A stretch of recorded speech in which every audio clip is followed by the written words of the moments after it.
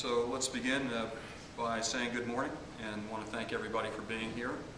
My name is Ken Garner, and I'm the president of the Mailing and Fulfillment Service Association. MFSA is a major trade association that has served the needs of mail and fulfillment service providers for more than 92 years. So we have this press briefing here to share several significant announcements that are related to the association and its commitment to the mailing, fulfillment, and printing industry. Our first announcement is related to our membership's recent approval in support of a major rebranding commitment. This major decision by our board and membership was driven by several factors, including: one, the recognition that the dramatic decline in mail volume that has characterized our industry since 2008 will continue. And while we're not forecasting the complete demise of direct mail, we recognize that it will represent just one channel among others that will comprise a successful marketing campaign. Two, that our industry is challenged by consolidation and downsizing as it reacts to an imbalance between service providers and customers. And three, that the lines of distinction that once defined commercial printers, mailing service providers, and fulfillment service providers have become blurred. That these once distinct industries are now converging into a single industry with the purpose of creating, managing, and distributing content. These factors have created the need for MFSA's leadership to appropriately react to these challenges by helping its members develop strategies to sustain their businesses. We believe most of our members and current non-members would be best served by expanding their current value propositions beyond a singular focus on direct mail. More specifically, we believe that our members need to develop capabilities that are currently defined as marketing service provider capabilities, enabling them to provide a greater range of content management and distribution services. As a result, our association's name will change to the Association of Marketing Service Providers as of January 1st, 2013. It's important to note this does not represent an abandonment of the current core deliverables that have defined the association. We will continue to be heavily involved in postal policy, legislative reform, and member education. This strategy is additive to what we already provide. We will devote considerable resources to helping members transform their businesses into marketing service providers by providing direction, consultation, and education. Obviously, we have a high degree of confidence this strategy best reflects the wants, needs, and expectations of a growing converged industry of print, mailing, and fulfillment service providers. We're proud to be the first industry trade association to confirm our commitment to this new converged industry with our name and strategy change. Now, earlier I stated that our strategy did not represent an abandonment of our commitment to continuing to provide new products and services to the association's core members. As evidence, I'd like to introduce two new programs designed to provide significant value to our existing members as well as a broader range of non-members. The first is the development of an accreditation program for mailing service providers. We believe this is the first program designed to help mailing service providers benchmark their current processes and practices against an industry standard of excellence. The accreditation criteria are being developed by industry leaders and educators, with input also coming from the Postal Service. The process will include accreditation materials and instruction designed to educate service providers regarding best practices, as well as a site visit audit to determine the level of compliance. Audit evaluations will yield a determination related to the level of compliance with the established criteria. Those that satisfy the required level of compliance will be awarded a certificate of accreditation. Benefits include increased production efficiencies resulting in improved service quality at lower costs, include increased competitive advantage in the marketplace, include increased customer satisfaction, and include the potential marketing advantages that accreditation will afford. The second service offering is related to the development of an industry database of mailing service providers and related portal designed to provide additional visibility of service providers to existing and potential mailing customers, as well as the capability for these customers to connect with the service providers.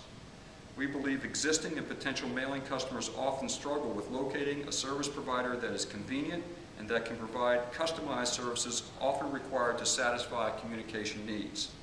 To that end, we have developed a concept that is designed to easily and efficiently connect service providers with potential customers. Perhaps the best way to illustrate this would be to walk through a bit of a demonstration, and at this point I'd like to introduce our partner in this initiative, interlinkONE, and from interlinkONE, the Vice President of Sales, Karen DeWolfe.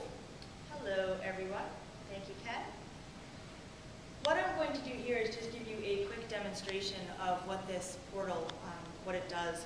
So you can see here at the first homepage, we have a member homepage. The members in this instance are the mailing service providers, the print fulfillment mailing service providers that will have the capability to enroll for this portal.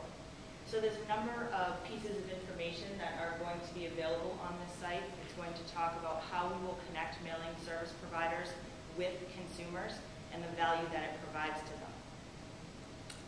There is a member sign-up area, and the service providers, the members, have the capability within this to fill out some information and pay a one-time per year fee to be a part of this actual portal.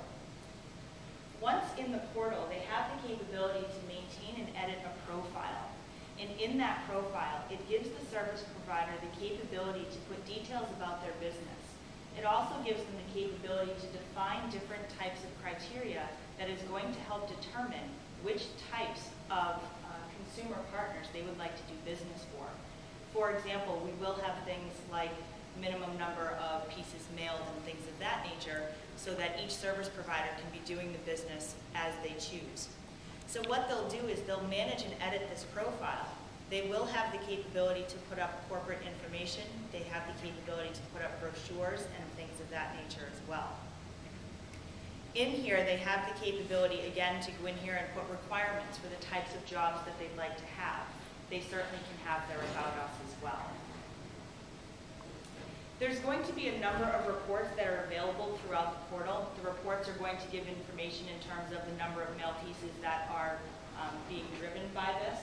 There's going to be reports how many people are matched in this process, and we'll go through that. But what happens in this portal is these service providers will go in here and create their profile. And here's really the meat of this, because what happens is we've got consumer users. This could be a pizza shop, a hair salon, a small business, a medium business. What they have the capability to do is to go to this homepage, to go to this portal, and look for service providers that are going to best meet their needs. So in this case here, you'll see that they can go in, they're welcomed to their portal, and they can find their service provider match, find their service provider connection. So what they'll do at this point is they'll go in and they'll fill out their information, and we'll ask a couple of questions of the consumer. The couple of questions is going to be the determining factor in figuring out which service providers are going to be the best ones for the particular job. We have some algorithms in the back of the portal that are then going to bring up the top 5 service providers that meet the criteria for not only the consumer needs, but the types of jobs that the service provider would like to handle. At this point, the consumer has the ability to choose one of these service providers by clicking a link, which we are certainly tracking so that we will know at this point how often companies are getting tracked, how often they're getting matched with the consumer business. One of the most important pieces of the actual portal itself is the feedback.